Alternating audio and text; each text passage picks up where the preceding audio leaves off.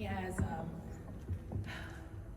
some citations from the governor. The governor could not be here today because he's making some announcements throughout the state today, but he did do 2 citations for us. One is for our PLTI 30th anniversary. If you can imagine that PLTI has been here in the state for 30 years. And then there's another special one, so I'm going to leave that up to Steve. Steve? Thank you, Mobette. Hi, everybody. Hi. It's good to see everybody. So, I'm thinking about today, and I'm thinking about solemnity and celebration. And those are 2 things that, as all of you know, each of you know, often go together. You know, we solemnly remember, and yet we celebrate what we remember. We solemnly commemorate, and yet we celebrate what's yet to come. So I invite each of you to carry both of those very heartfelt and related emotions with you as you celebrate tonight and as you move forward.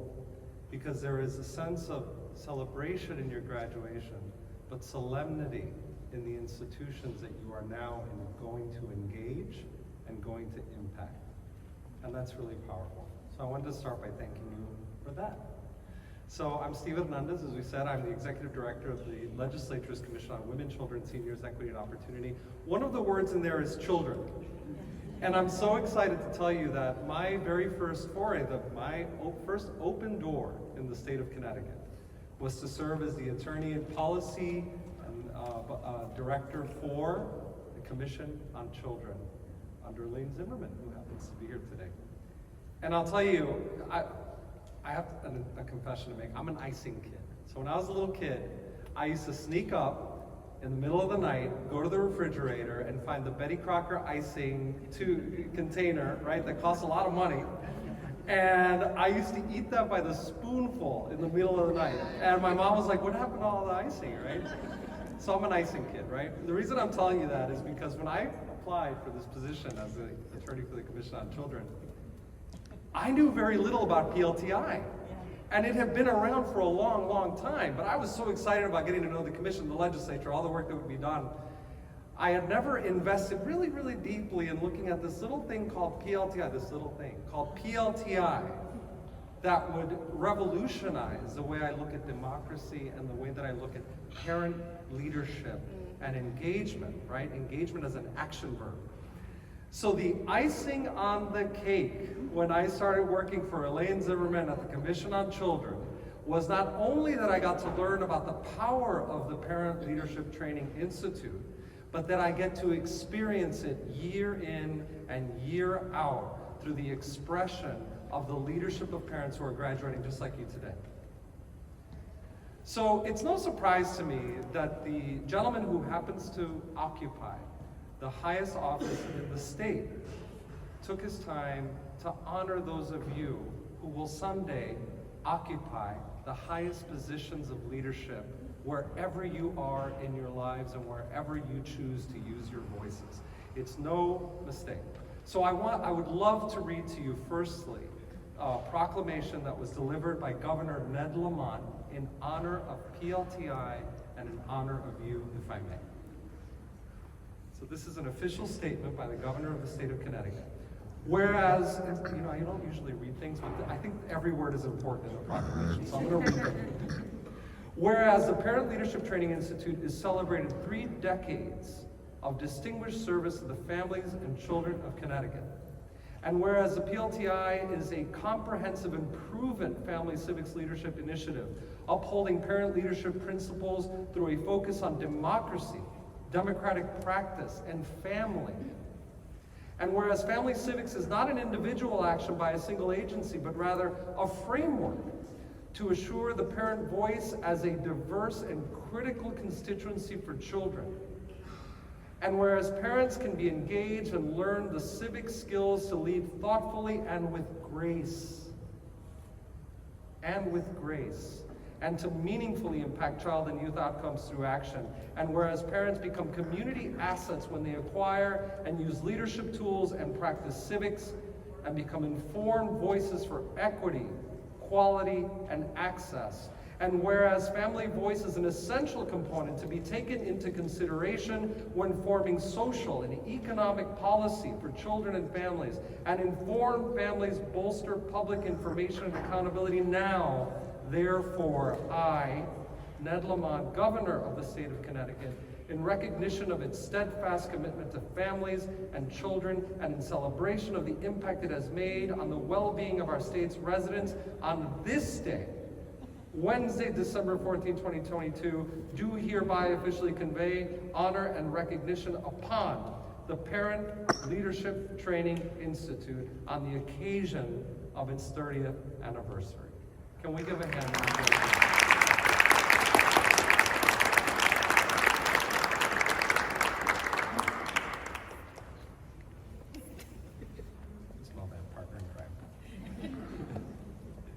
And next, I have to tell you, so one of my most special privileges, and I'm one of those people that I kind of think every job is my dream job, right?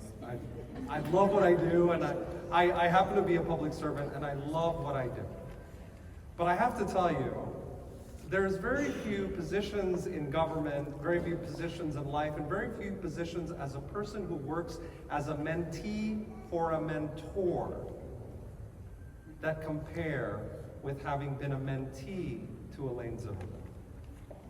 And I have to tell you, Elaine is special to so many of us for so many reasons, some of them very individual and very personal, and some of them things that you can just kind of imagine when you're looking at the new moon or the fresh moon rise over the horizon, right? She is a force of nature. And what's remarkable about Elaine is that when she meets you, she invites you to imagine that you can be a force of nature too. She tells you, I'm not special. This is special. And you are welcome to it. In fact, it is yours to demand. So I am so grateful to be able to present to Elaine another declaration by the Governor of the state of Connecticut. And if I may, I'm going to read that as well.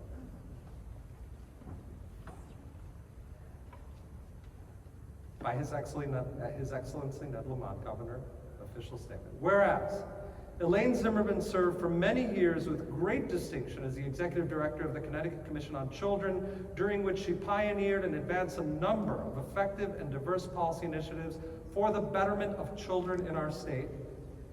Whereas during her celebrated tenure at the Commission on Children, Elaine was an unwavering advocate for both children and parents and played a critically important role in the passage of prominent legislation, including Connecticut's School Readiness Law, Early Reading Success Law, Connecticut's Blueprint for Reading Achievement, the Child Poverty Reduction Bill, the State Prevention Council, and the Children and Disaster Act, the State Learning Act, the Parent Trust Act, an act concerning the mental, emotional, and behavioral health of youth, and more. This would be pages and pages long. Whereas Elaine envisioned and created the Parent Leadership Training Institute to ensure that parents would be an active and informed constituency for children through this unique democracy and personal leadership initiative, which seeks to promote parents a greater understanding on how change occurs for children in state government. That's what it provides.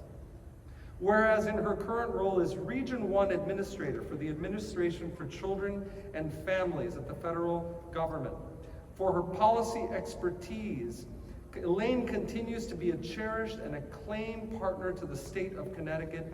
For her policy expertise, commitment to capacity building for families, agencies, and government, and her leadership in Connecticut's 2-generational initiative, and the regional whole family approach to jobs collective. Now, therefore, I, Ned Lamont, Governor of the state of Connecticut, in celebration of her long-standing policy achievements and in recognition of her continued commitment to our state's children and parents, on this day, Wednesday, December 14th, 2022, do hereby officially convey honor upon Elaine Zimmerman in the state of Connecticut.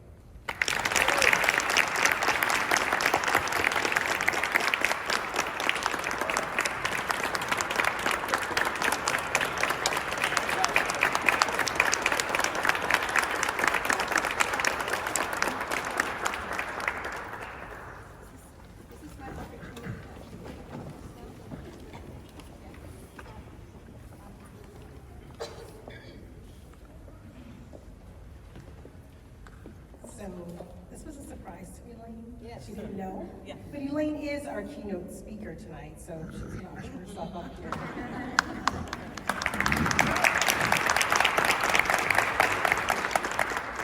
have to say, I'm totally surprised. So, thank you, Stephen. Thank you, everybody here. Because the truth is, none of this is really for me. It is for all of us. It's really all about democracy and the family and all the children who are smiling around us, whether here tonight or not. So thank you so much. I want to ask you, how many of you have been in this building, in the Legislative Office building before? Okay. So let's just pause for a second, because this is the legislature's building. And this room looks a little bit, if you look up, it looks a little bit like a wedding cake, right? How it has all these layers, right? But really the thing that is stunning about it is that it was designed so nothing is hidden. That is to say, at any point, anybody wanting to see what's going on could look out, look over and see, and we can look across all the rooms. In fact, if you're up on a certain row, you can actually look towards the Capitol. The whole idea is that we can see together what is happening. Essentially, it's a home built for democracy. Now, I just want to praise you again and again for taking this class in the middle of COVID.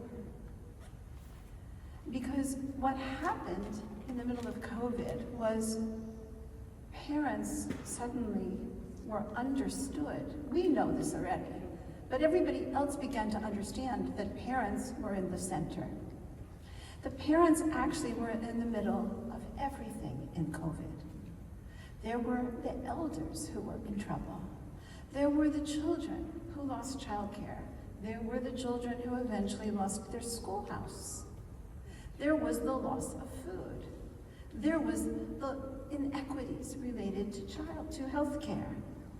Again and again, the only source of information to let us know what was happening was the family.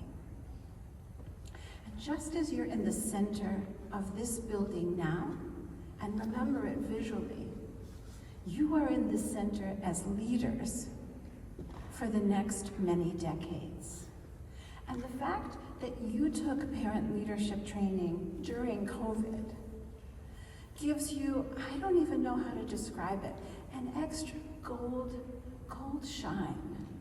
Because one, we know with schools closed, with no childcare, with people who lost jobs, with so many families having to take other families in, with the number of people we all lost, with the number of people we almost lost, to be doing this in the middle of that, as Patty said, this is an enormous gift that you gave to the country, frankly, as well as to yourself.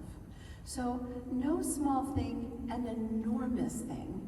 And I have the odd opportunity now, because I've shifted from working in state government to working in the federal government, and I get to watch what leaders say and think about children and families from a federal lens. They are starting to get that parent voice is the most important thing. And they are saying, how do we bring in the parent voice? And how do we bring it into programs? And how do we bring it into policies? So you are ready. When Patty says, we don't pause, like it's time, it's really time. Something is rising in terms of the understanding of family and the importance of family, which frankly has not been the case. For so long, government and nonprofits and philanthropy have acted as if they are the family. You go to a hearing, someone stands up from a nonprofit or from the state, and they talk about what families need, but like nobody's saying, where's the family? Like, who are you to be saying what families need? Parents need to say, caregivers need to say what children need, what's working, what's not. Well, somehow this is suddenly a wake-up call. You know, they say in disaster that often what happens in disaster is it's not as if the road suddenly ripped open. Everybody knew that road had problems.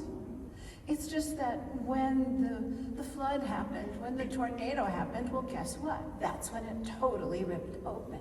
So these were issues that were always the case. It's just that in a disaster, it opens up. So in this disaster, the role of the family became evident. And you are so special because you focused on democracy in a time in our nation where people are questioning democracy.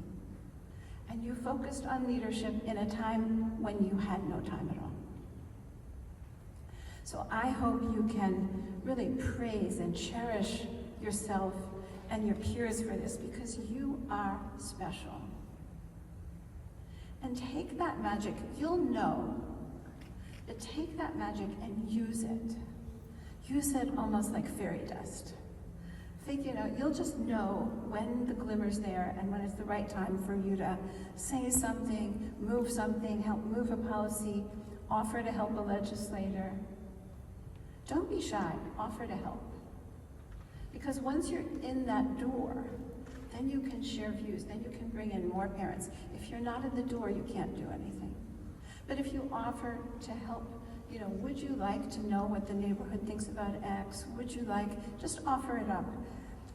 One of the things that I was struck about when I thought about making comments tonight was the value of the family became evident in the last 3 years. And so I asked myself, well, what are the values of parent leadership? And here's a few and some quotes. Parent leaders bring truth to public policy. Here's a quote from a parent. We are the experts because we are living it day to day. Parent leaders lose fear, become brave together. Put on Jacob's vest and do whatever you need to do together. As a mother, the main thing to lose is fear. Once you get rid of it, you can accomplish everything. I am an example for my children. Parent leaders, to Patty's plea to you, do not wait.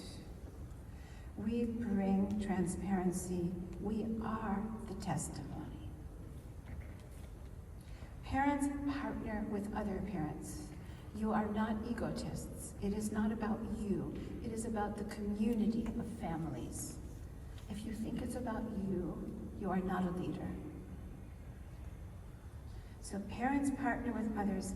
Other parents have confidence in me. I can more easily associate and connect now with other parents. Parents bring connection. Parent leaders bring connection and care. We are connected to the same values. It doesn't matter one parent says what your income is. We all want what is best for our children. Parenting is a critical function, and parent leaders know this. If I fix my family, I become a parent leader because I want my community to work like my family. Parents are the primary consumer and customer in every town, in every neighborhood, in every apartment building, in every state. By being a parent, we don't start out worrying about the backlash, pushback, because there is no title. We are the CEO. You are the CEO. So that there's such profound values that really are all about democracy. And at the end of the day, there's now research that shows that parent leadership improves programs, improves policy, leads to much more racial and cultural diversity, addresses access, helps people reach constituencies that policy leaders can't reach. And also, at the end of the day, parent leadership helps people who run programs have much more compassion. So you bring compassion and grace to others. No small feat. So I think that there's some stages that you can see in parent leadership. The first one is personal transformation. So I change a little bit. Then my family changes a little bit because they see something shifting and glittering. And there's a 2-generational impact, especially if you're doing the Children's Leadership Training Institute. And then there's changes in the community based on what you've done. And then there's changes in policy. And legislators start saying, I want parent leaders. Give me one of those parent leaders. So make sure that you make those connections. Wherever you want to see change, offer yourself up in a way that lets you in the open door, because you are very special. And you have a network, which Patty has clarified for you, that you're not alone. Even though you've graduated, you are not alone. Now, Melvette opened recognizing that this is the Newtown anniversary. I had the experience of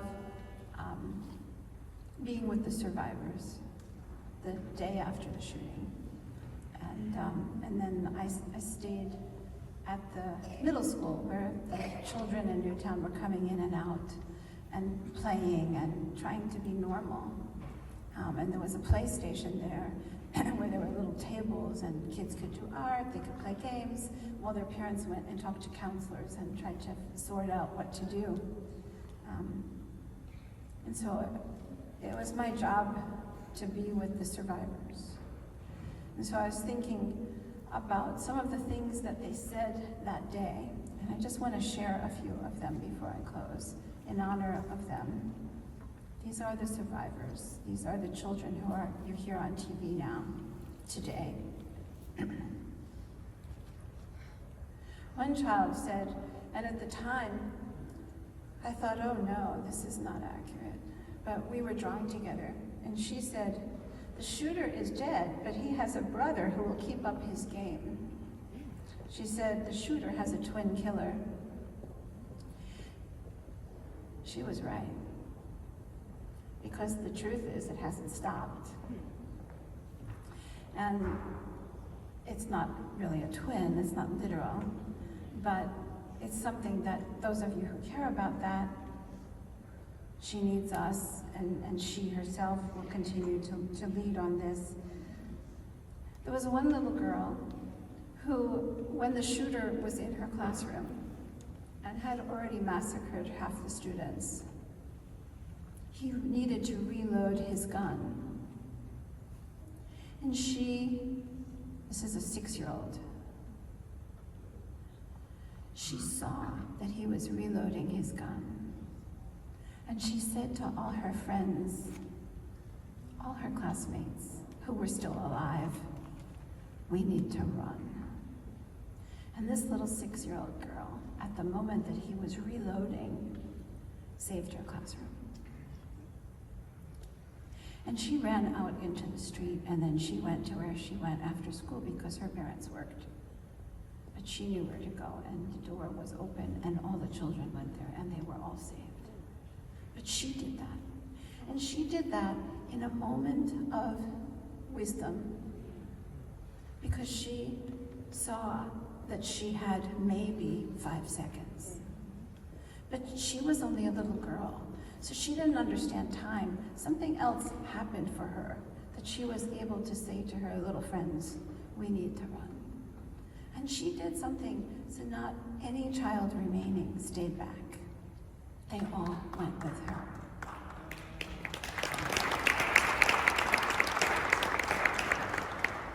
The insights that we have at different points in our lives, the insights that children give us, and the strength that they give us, and the strength that they have, even very little ones, we shouldn't underestimate. She saved her classroom.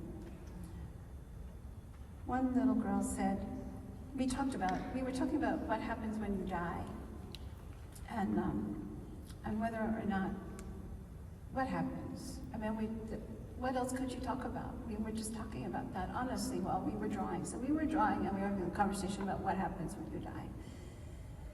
And we all decided that maybe those who had passed could still see us. So we decided we were going to make drawings and letters, and we were going to put them outside under the flagpole so that those who had passed could see. And so we wrote notes every day, and we drew pictures every day. And we put them out in front of the flagpole, and we did not allow them to be dug up and buried. They were visible. And she said, if the principal can't see what I am writing to her, maybe God can read it to her. With that, I close in honor of the children's voices and their wisdom and your wisdom. Make it really shine. Thank you.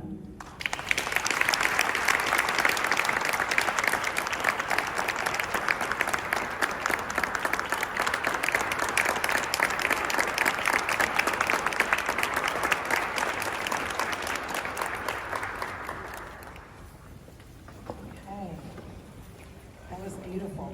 So, who wants to celebrate mistakes with me? Celebrate mistakes.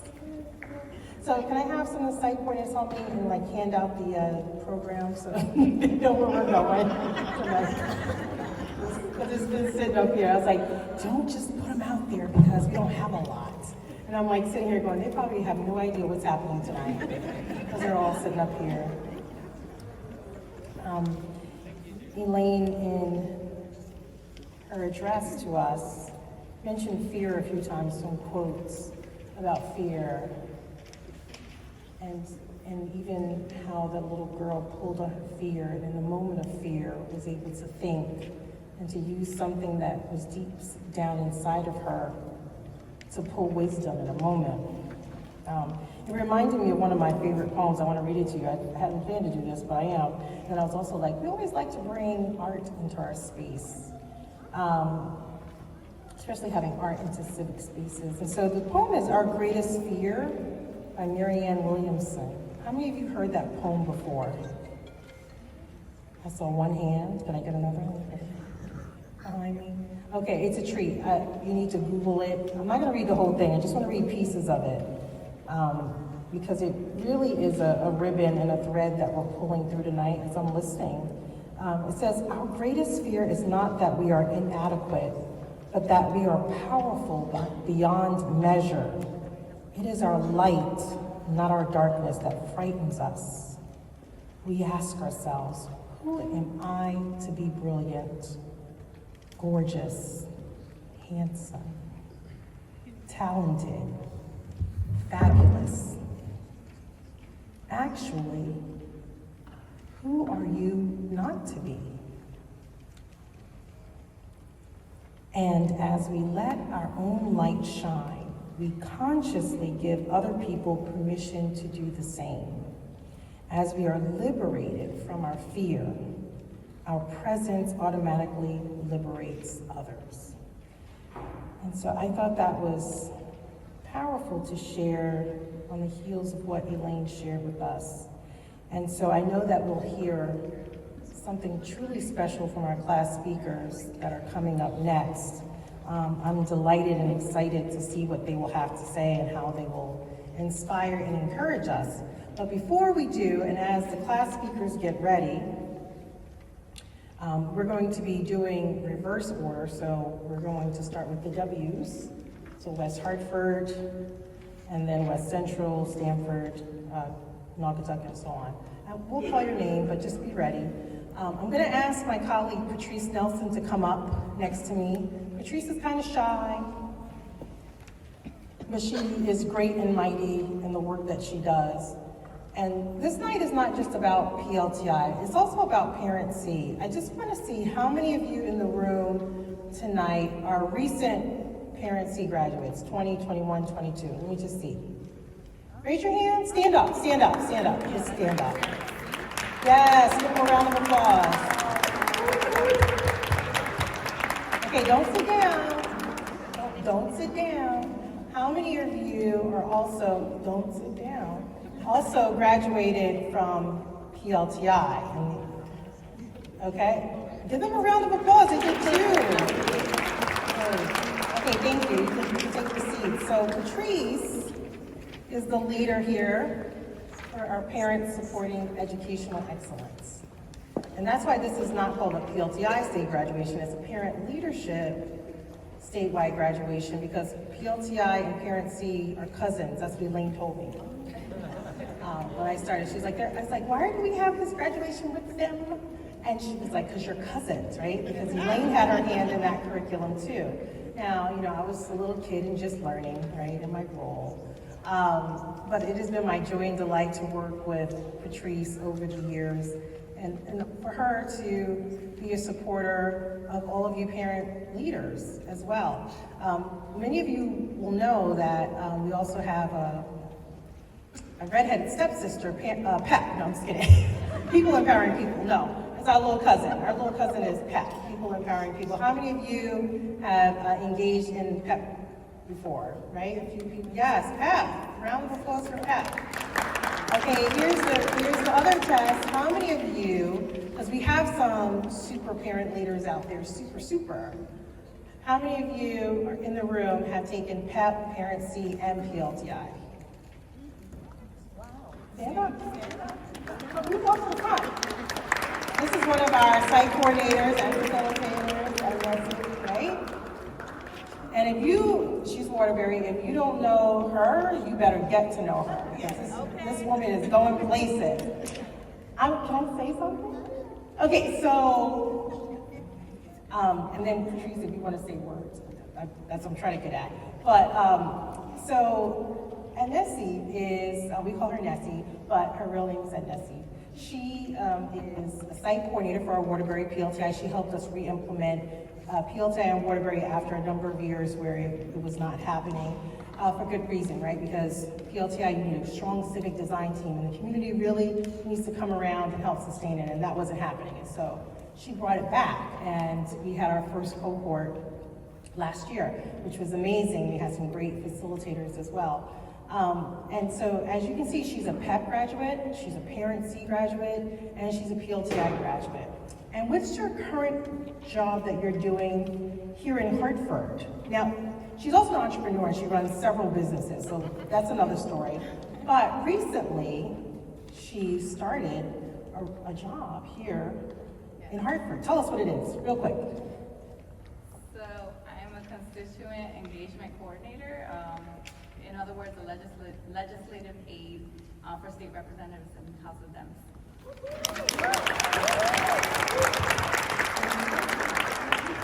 And we also have, isn't that amazing? We also have some state representatives who went through PLTI, right?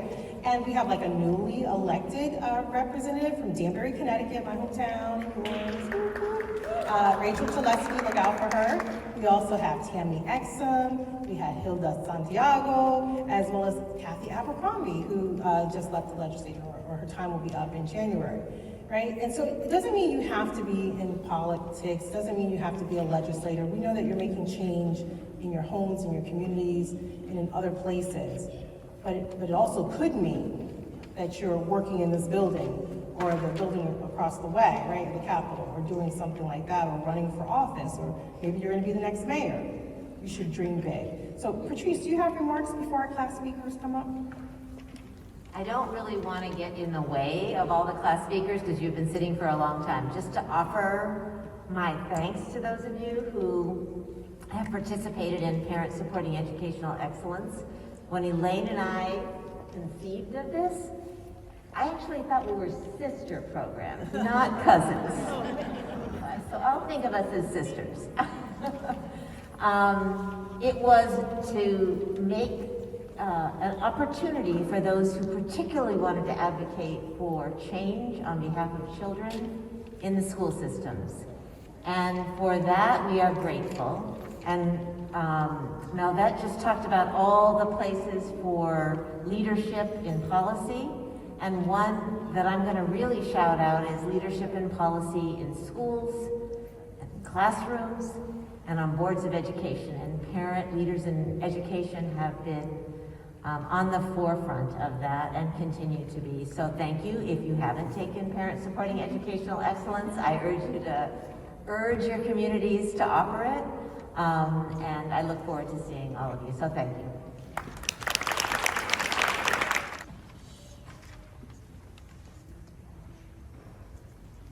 Good evening, everyone. My name is Antoinette Stapleton. I am a graduate of the 2022 class of West Hartford PLTI. I am so ecstatic to be here. My time with PLTI was wonderful. It came at a time where I definitely needed the support, and we met via Zoom, and the few times we were able to meet in person, it was magical. Like the people, the group, the energy, it's compulsive. And so I am just really thankful to be here and to be a graduate and a part of this community. So I'm gonna keep it short and sweet. We were asked to answer a prompt, and our prompt was about hope and the future. And so these were my thoughts. The etchings of hope that remain despite an arduous journey is what keeps us going, keeps us motivated. This idea that the world should and can be a better place where we are proud of what we have left behind for those that rise with us, amongst us, and after us. How do we do that? We do it with programs like the Parent Leadership Training Institute. Shameless plug, please sign up now. My classmates coordinated activities that encouraged mental and physical wellness within our families and communities. Our parents joined clubs that include the PTO and various diversity and equity initiatives. We are making sure that our children are learning about the world we envision, making sure that the books and the people reflect the vast diversity in our community and communities at large. We are putting together activities that give parents face time with their children, school administrators, and staff. PLTI alumni have obtained impactful positions in our Senate and local community government. Whether we are coordinating community engagement activities like movie night fundraisers or dinner parties that ask uncomfortable questions and provide support for people with unconventional families that sometimes mirror our own.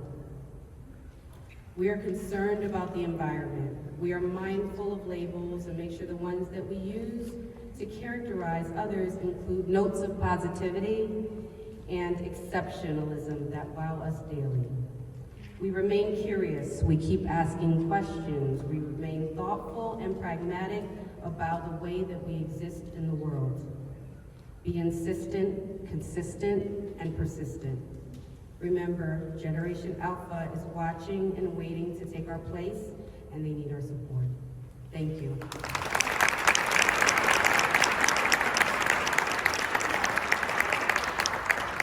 Hi, I'm Blair Hughes from the West Hartford 2020 class. Who else is 2020 here? Raise your hands. Thank you. I've been waiting 2.5 years to get this speech. All right, so if I go a minute over, no, 10 seconds.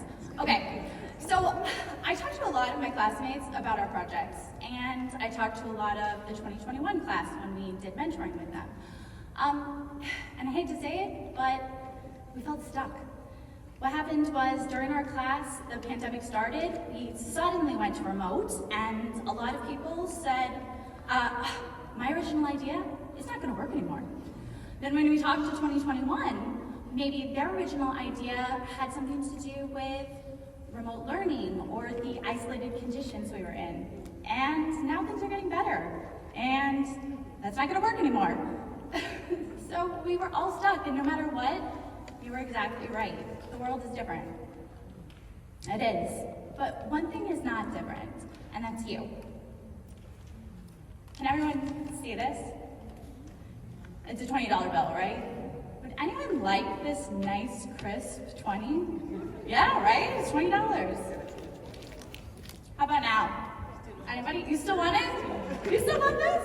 Right? Because it's still $20, right? So this bill is all of us. This is our PLTI project. This is our PLTI idea. This is everything.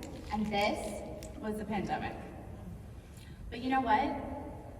This still has value. You just need to smooth out some wrinkles. Maybe you need to ask for some help to do that. But this has value, and you have value. Just like Malved said, you are powerful beyond measure. So make sure you get your pencils out, you make your phone calls, you make those emails, you send them out, you ask for help when you need it. Because they're really just wrinkles. It's nothing. We can get past it. So just remember that as you go forward, you got this. Even if you felt stuck, okay?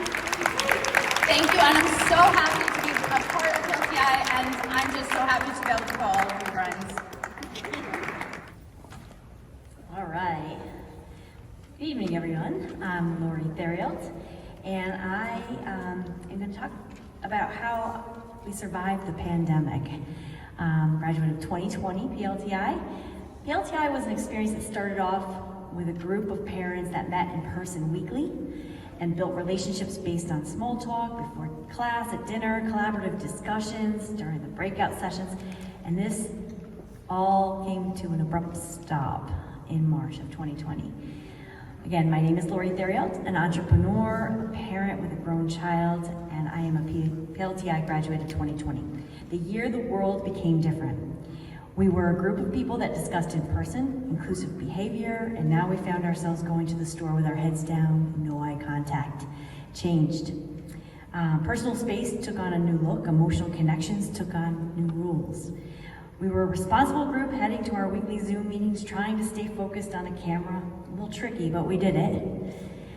It was a new thing for us, and what about the parents in the group that were trying to curb screen time for their family prior to COVID, and were dealt an interruption. As parents, we certainly do know how to roll with the punches, and as the PLTI class of 2020, we pushed through it and supported each other the best we could. Today, many of us have social media connection or will after tonight. My project was to create a program for tweens, helping them identify their strengths and create a career plan before high school. During the pandemic, I was able to create a curriculum, test the curriculum with middle schoolers in New Britain and surrounding towns. Today, over 200 tweens have gone through the program based on the curriculum created during COVID. So PLTI pushed me to create something that was going to make positive and impactful changes in families around the state and the country. PLTI taught me that virtual learning is and can be equally effective given the learning style of the student. Thank you to the PLTI class of 2020, West Central Connecticut, for all your support of my project through social media and continuing support of the spread of this program for tweens. All of us have the opportunity to build on our projects with the support needed to expand when the time is right. Congratulations to all of you tonight. Let's go out there and make the world a better place and do our best to keep everyone inclusive no matter what obstacles come our way. Good evening. Very excited to be here today and thank you for the opportunity. My name is Edith Presley. I'm a mother, an educator, a nonprofit leader, a community advocate. But tonight, I carry the largest label that has been earned for my participation as a graduate of the 2022 class of the Parent Leadership and Training Institute, and that is one of a parent leader. I'm grateful for the existence of this work, both friendly and professional networks formed, as well as my growth through this experience. I'd like to thank the phenomenal facilitators. Their facilitation of oohs and ouches was unmatched. Any educator would be enhanced by observing their command of the content and their agility in differentiating teaching methods to find just the right fit. I'm grateful for this example. The question was asked, what message of hope do you leave for your fellow graduates? I will answer this with a simple call to action. Fellow parent leaders, let's challenge one another to stay civically curious, connected, and courageous. Be curious around why systems work or don't in the way that we find them. Let's continuously question our societal return on investment. We must peel back the curtain of how our schools and towns are governed and how money is spent. Secondly, stay connected. As PLTI parent leaders, we have mastered the skill of making meaningful connections. Please keep your elevator pitch perfect. Be actively pursuing partners to leverage ideas and resources. I found that people are generally kind and caring and generous. Our charge as parent leaders is to connect our priorities for change with empirical data while including those most affected to positively change hearts and minds. Lastly, I ask that we stay courageous, for if this was easy work, it would have already been accomplished. It is the system's function to inherently protect and maintain the system. We must challenge tradition when it's not aligned with the truth. Courage is needed to illuminate where there is no light. Luckily, PLTI has equipped us for this journey. In closing, Pakistani education activist Malala Yousafzai eloquently states, "When the whole world is silent, even one voice becomes powerful." Let's continue to be that voice. Thank you.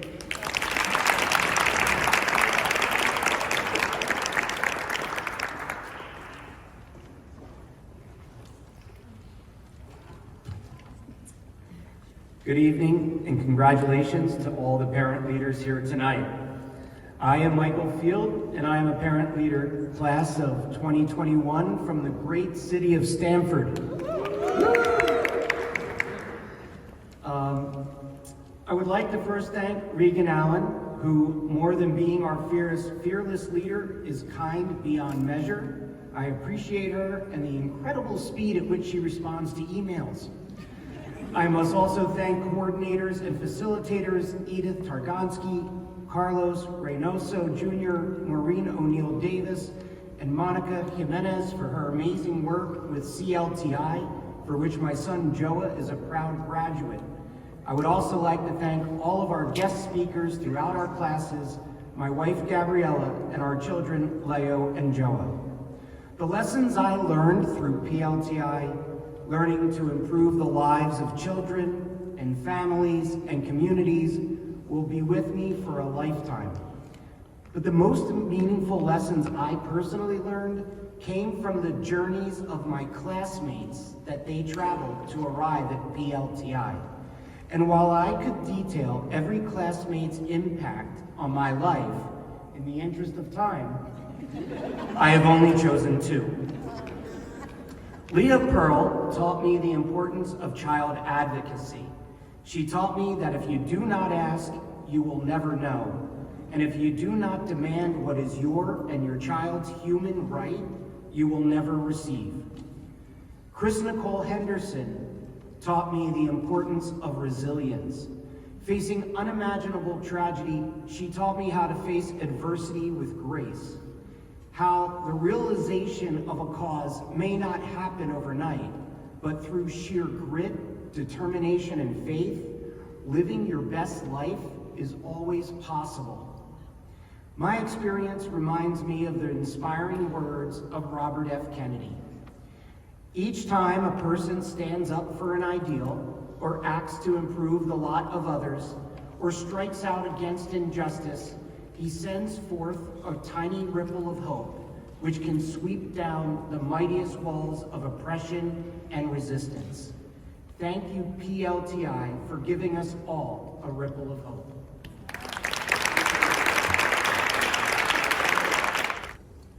So I want to applaud all of us who chose to dedicate 20 weeks of our busy lives to complete a parent leadership program to help make a difference in our community. Not just for our community, but for the future, which is the children. We have put in our hard work and our long hours. Your dedication to the successful completion of this program is to prove you can achieve anything. When I started PLTI, I was pregnant, working full-time at a hospital, and working full-time as a student, working on my business management degree. When I first heard about this program, I knew that I had to be a part of it to help children. This year has been more than we could have imagined when we started this journey. My hope is that each and every one of you will become successful with your projects. You all have the tools and education to make a difference in our communities. You are now able to show the world how you can make it a better place for many. The world is waiting for you all to build great things upon it. And I just want to end this with a speech from a very powerful influencer, Maya Angelou. Excuse my voice. I'm trying the best I can. My wish for you is that you continue to be you. My wish for you is that you continue to be you are, to astonish a mean world with your acts of kindness. Congratulations. Be grateful, be thankful, and be blessed. Become change you want to see and boldly go. Thank you.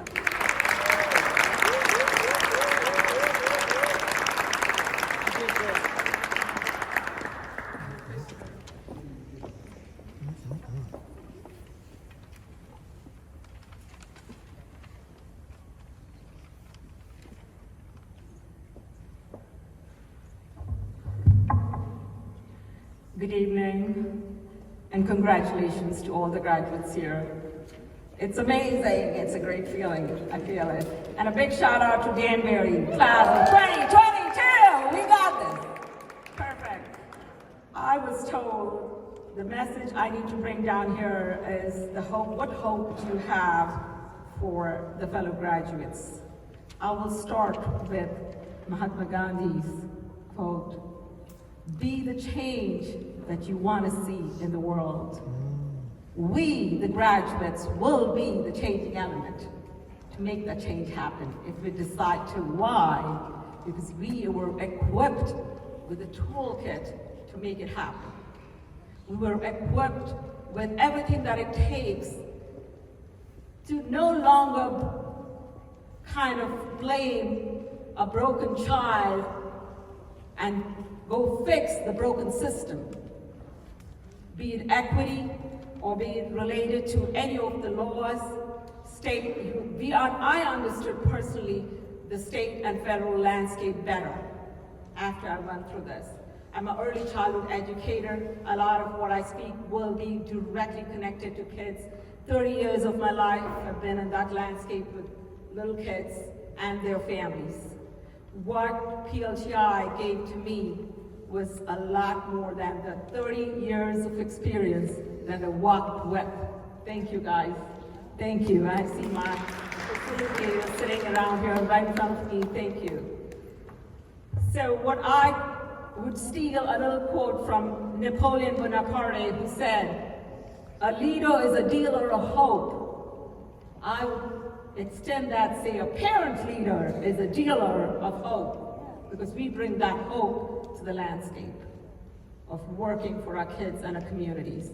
And I will end it before Melvette gets me, with Rita Pearson's telling her quote, which says, let me read it out so I don't get it wrong. "Every child needs a champion, an adult who will never give up on them and insist that they become the best they can be.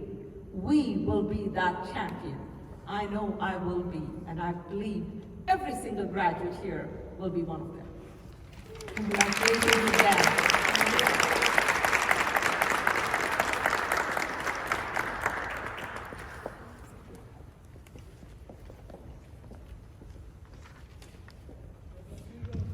I'm not 6'5" either, apparently. This is not gonna work. Good evening and welcome families, friends, and distinguished guests. Congratulations, PLTI graduating class of 2020, 2021, 2022. Yeah, there's a lot of you. Okay. It's a pleasure and an honor to be standing in front of you today as 2020's elected class speaker. Can I say we made it through the pandemic, right? This pandemic changed us all in different ways. It divided families, separated friends of differing political beliefs, and unfortunately lost loved ones to an untimely death. When the class of 2020 started, PLTI was in person, and we were on an exciting journey of friendship, and advocacy and understanding our community. But the pandemic brought that to a halt, much like everything else.